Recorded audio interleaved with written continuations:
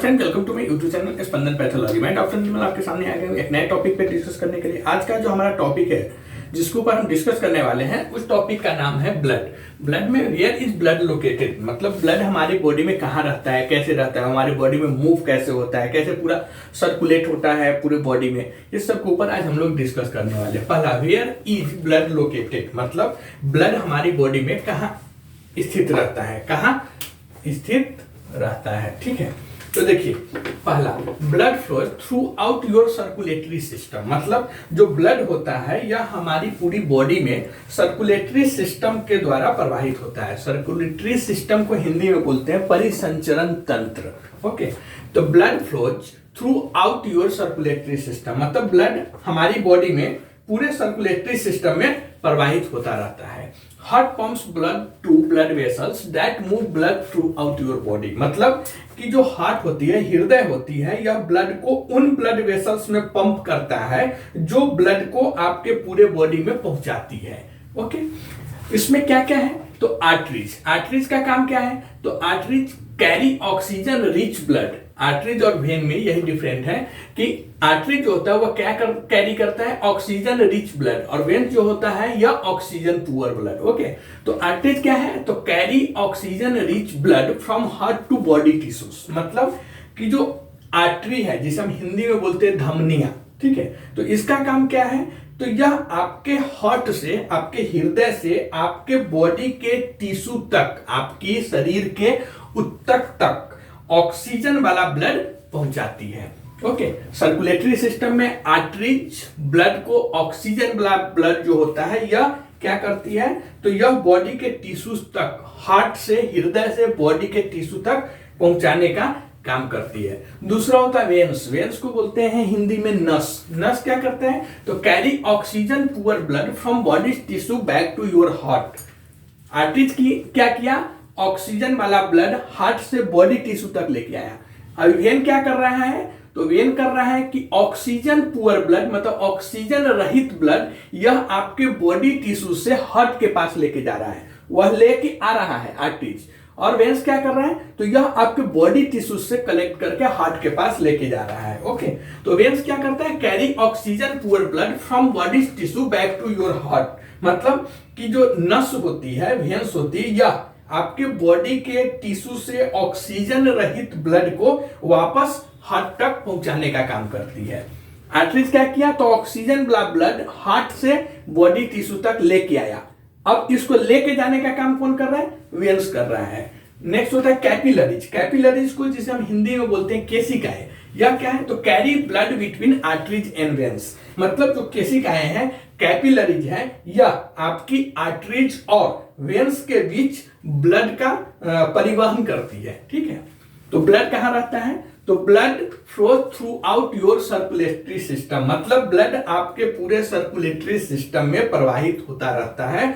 Circulatory system को हम हिंदी में परिसंचरण तंत्र बोलते हैं। Okay, heart pump blood to blood vessels that move blood throughout your body, मतलब हार्ट ब्लड को उन ब्लड वेसल्स में पंप करता है जो ब्लड को आपके पूरे बॉडी में पहुंचाने का काम करती है। वहां पे आता है आर्टरीज। आर्टरीज क्या करता है, तो आर्टरीज आपके हार्ट से, आपके हृदय से, आपके बॉडी के टिश्यू तक ऑक्सीजन वाला ब्लड पहुंचाने का काम करती है। एंड वेन्स, वेन्स मतलब नस, नस क्या करती है, तो आपके बॉडी के टिश्यू से ऑक्सीजन रहित ब्लड को वापस हृदय तक, हार्ट तक ले जाती है। और उसके बाद आता है कैपिलरीज। कैपिलरीज क्या करता है, तो यह आपकी आर्टरीज और वेन के बीच ब्लड का परिवहन करने का काम करती है। उसके बाद वेयर इज ब्लड मेड, मतलब ब्लड कहां बनता है, हमारी बॉडी में ब्लड कहां बनता है। हर जगह तो ब्लड बनता नहीं रहेगा, तो देखिए ब्लड कहां बनता है, तो blood gets it's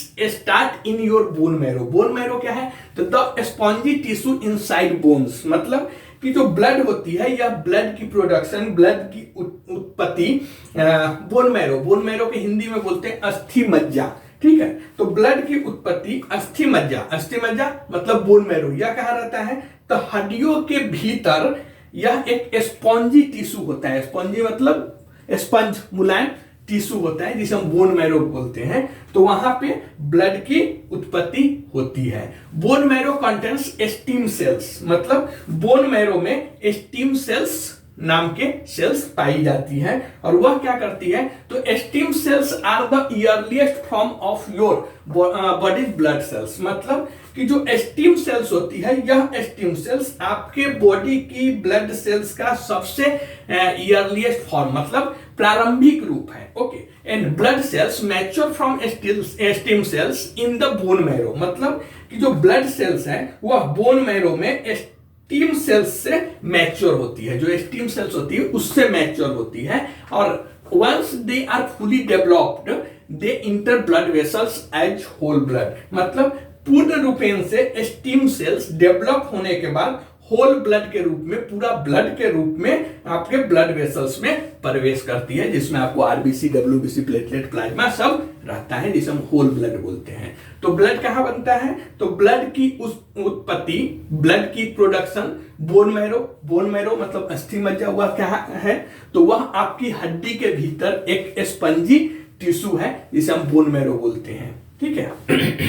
bone marrow क्या है, तो बोन मैरो में स्टीम सेल्स पाई जाती है और वह स्टीम सेल्स आपकी बॉडी की ब्लड सेल्स का सबसे अर्लीस्ट फॉर्म, मतलब प्रारंभिक रूप होती है।